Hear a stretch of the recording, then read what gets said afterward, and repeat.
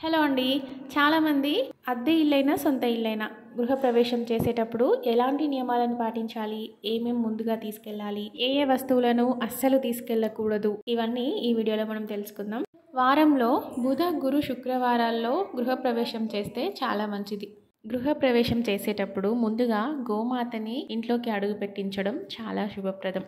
శివ పరివారం ఉన్న ఫోటోని, అంటే శివుడు, పార్వతి, కుమారస్వామి, గణపతి ఉన్న ఫోటోని, అలాగే మీ ఇంటి కులదైవం ఎవరో ఆ చిత్రపటాన్ని కూడా మొదటగా తీసుకొని వెళ్ళాలి.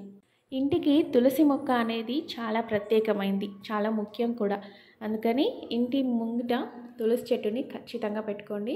తులసమ్మను కూడా మొట్టమొదటిగా తీసుకొని వెళ్ళాలి. ఇంట్లోకి అడుగు పెట్టే కంటే ముందే ద్వారానికి తోరణం కట్టుకొని పువ్వులతో అలంకరించుకొని ద్వారలక్ష్మి పూజ చేసుకోవాలి. అంటే గడపకి నిండుగా పసుపు రాసి పువ్వులతో అలంకరించి ద్వారలక్ష్మి అమ్మను మనసారా స్మరించుకోవాలి. ఈ ఇంట్లో మాకు ఎలాంటి ఆటంకాలు రాకుండా మమ్మల్ని చల్లగా చూడు తల్లి అని అమ్మని మనసారా మొక్కుకొని గుమ్మంలోకి అడుగు పెట్టాలి. ఇక ఇంట్లోకి వెళ్లే ముందు తీసుకెళ్లవలసినవి ఏంటంటే పసుపు, కుంకుమ, ఒక పాత్ర నిండా బియ్యం, అలాగే ఒక చెంబు నిండా నీళ్లు లేదా ఒక బిందె నిండా నీళ్లు, పండ్లు, పువ్వులు, పాలు, పెరుగు, ఇవన్నీ ఖచ్చితంగా మొదటగా అడుగు పెట్టేటప్పుడు మనతో పాటు తీసుకెళ్లవలసినవి. అలాగే మంగళహారతి వెలిగించుకొని ముందుగా ఇంట్లోకి మంగళహారతి రావాలి, తరువాత దైవం రావాలి. ఇక ఇంట్లోకి అస్సలు తీసుకెళ్ళకూడని వస్తువులు ఏంటంటే పాత చీపురు, చెత్త ఎత్తే చాట, ఇల్లు తుడిచే క్లాత్, చినిగిన బట్టలు, తుప్పు పట్టిన ఇనుము ముక్కలు, ఇవన్నీ అస్సలే తీసుకెళ్ళకూడదు.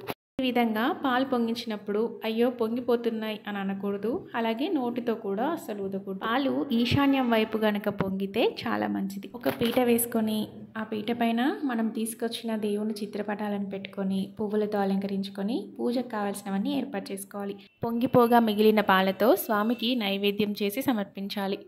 అష్టమి, నవమి, షష్ఠి, సప్తమి, పాడ్యమి ఈ తిథులలో గృహప్రవేశం చేయకపోవడమే మంచిది. అలాగే శనివారం, ఆదివారం, సోమవారం, మంగళవారం ఈ రోజుల్లో కూడా గృహప్రవేశం చేయకపోవడమే మంచిది.